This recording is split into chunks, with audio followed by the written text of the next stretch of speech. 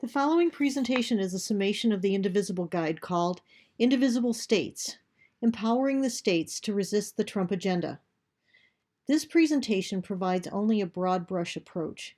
I recommend everyone read this guide, which can be found at indivisible.org/resource, and we've also posted it on the Leelanau Indivisible website.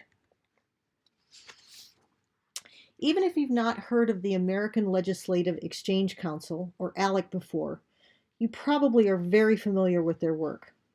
For the last 40 years, ALEC has successfully worked to influence politicians to promote their conservative agenda, which includes suppressing voter rights, controlling redistricting, limiting a woman's access to reproductive care, and getting conservative judges appointed to the bench. Now, Indivisible is copying their success from the ALEC playbook. So for the next 2 years, we're going to be focusing on working through state and local legislatures to promote progressive agendas and progressive values, which include a clean environment, economic justice, health care for all, racial equity, a true representative democracy, gender and sexual equity, and civil rights. Our formula to win is not only a great defense, but it's also a good and sound offense. So to counteract the Trump administration's harmful agenda, we're going to be focusing on local and state lawmakers. These bodies of government are able to act more quickly than the federal government and will be the vehicle for positive progressive change.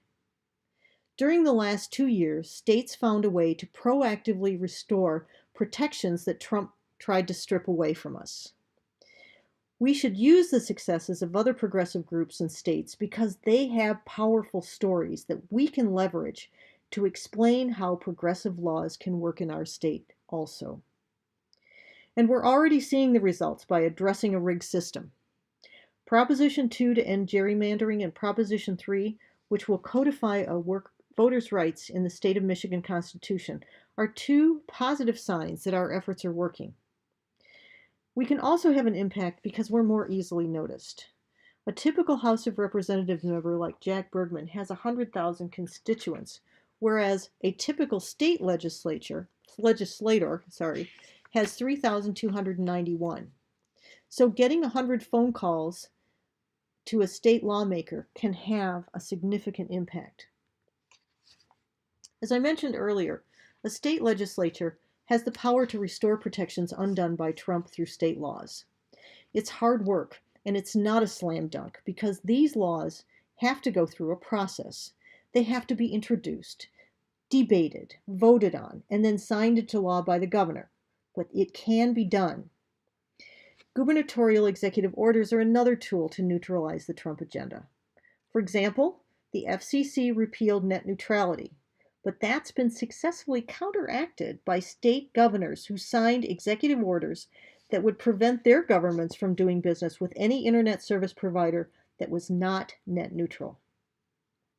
Attorney General lawsuits we've seen are often the first line of defense. The California Attorney General sued the Trump administration 24 times in 2017, and the New York Attorney General has also been very influential and very public in bringing lawsuits against the administration. Ballot initiatives, we've already seen successes. For the next 2 years, Michigan is going to be a true purple state with a Democratic administration and Republican House and Senate. So our mission is going to also include encouraging our governor, Secretary of State, and Attorney General to use their powers to support our progressive agenda. Conversely, we must positively leverage our point of view to pressure Kurt Vanderwall and Jack O'Malley to work with us and move us all forward. So, why would Kurt Vanderwall and Jack O'Malley want to work with us? Well, here's some things that they care about. Both will probably want to get reelected in 2020. Both want to establish a record of introducing and getting bills passed because that's how they measure their success. We'll also need to influence them not to support bad legislation and not to vote the party line. For example, if we want better internet coverage across our district, this is something we can work on together. Let's get a seat at the table. Let's get the relationship established. That way it makes it easier in the future to work together on things that we may not agree on so readily. They're not used to and perhaps not even comfortable with getting feedback from constituents. They count on voter apathy to get their agendas passed. Our constant and sustained activism is an enormous opportunity for us to have an impact. Now, we know state legislators are influenced by money and lobbyists. We can work together with other like-minded groups to use that lobby card and lobby them. And while we're at it, we need to work on getting legislation to get money out of politics. And finally, term limits are a damning institution we have here, but we have to live with them, so let's use them to our advantage. Term limits, as it turns out, are pipelines to higher offices. Jack O'Malley may want to try to replace Kurt Vanderwall someday.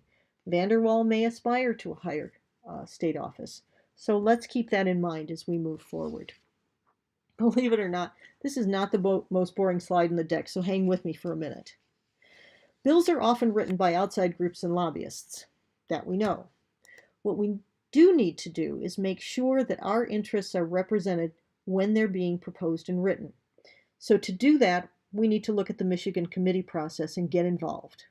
If we show up in Lansing, if we find out who the biggest lobbyists players are and engage them, and if we provide public testimony and written statements, we can have an impact. Legislative leadership can be helpful to us too. We can use them to make sure our agenda is on the table. It might even be effective to CC them on any emails we send or any letters we send. That way, they can go to Kurt and O'Malley and say, hey, but your constituents are saying. We should use these contacts liberally and hold them accountable as well.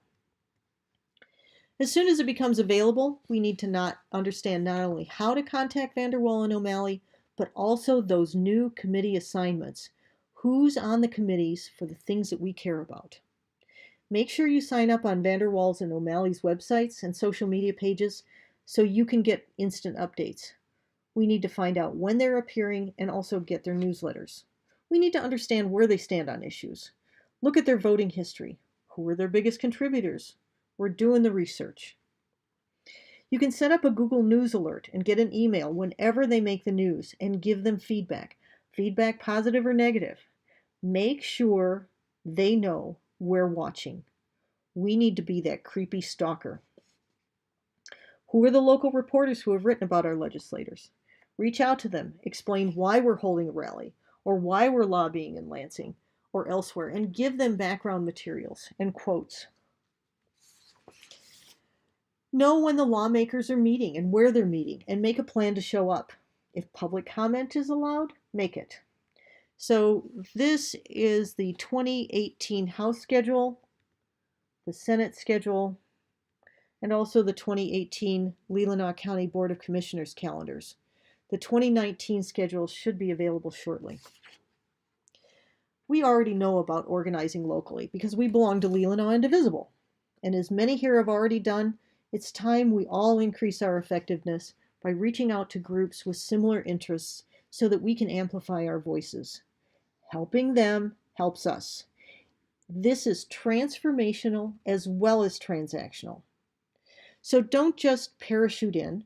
Take time to make the outreach, invest in understanding their mission, and find those intersections where we agree.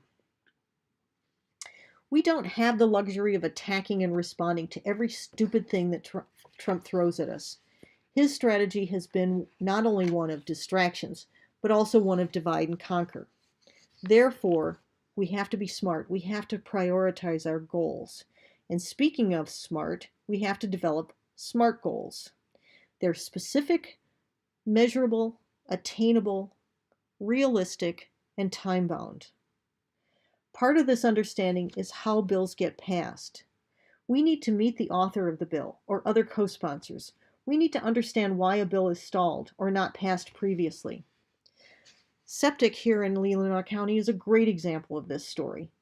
We need to get an expert to write a resolution for us to present at the Board of Commissioners.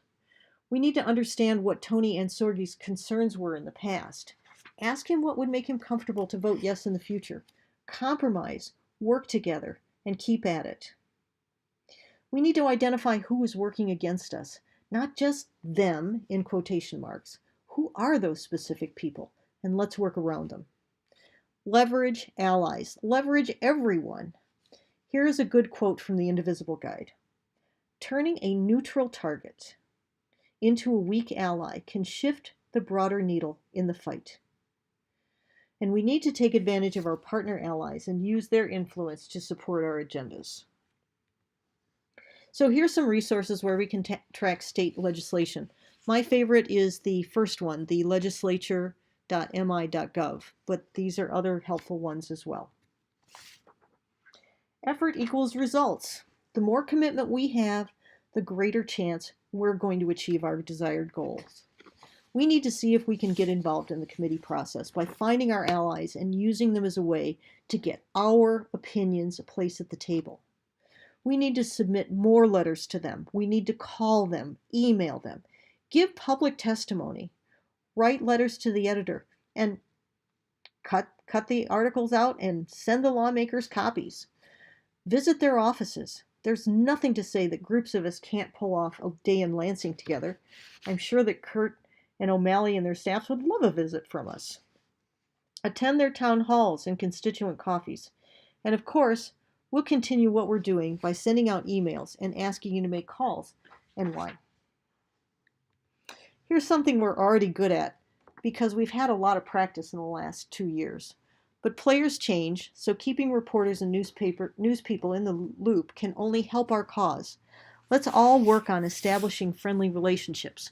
Understand their need to make a good story. Craft the story for them. Heck, write the story for them. Give them quotes, give them background. And as we know better than most, the pen is mightier than the sword. Remember, as always, we need to be very persuasive in our approach. Tom Gutowski and John Hunter put a list together of newspapers in the Congressional 1st District, how to contact them, and how many words a letter to the editor can be. You can use this for parsing out newspapers specifically for the 101st as well. And whether you have 2 minutes, 2 hours, or 2 days a week, you can make a difference. We can make a difference. And during the next 2 years, remember, this is still a marathon, not a sprint. But together we can win the future. And let's make sure we make it fun too. Thank you.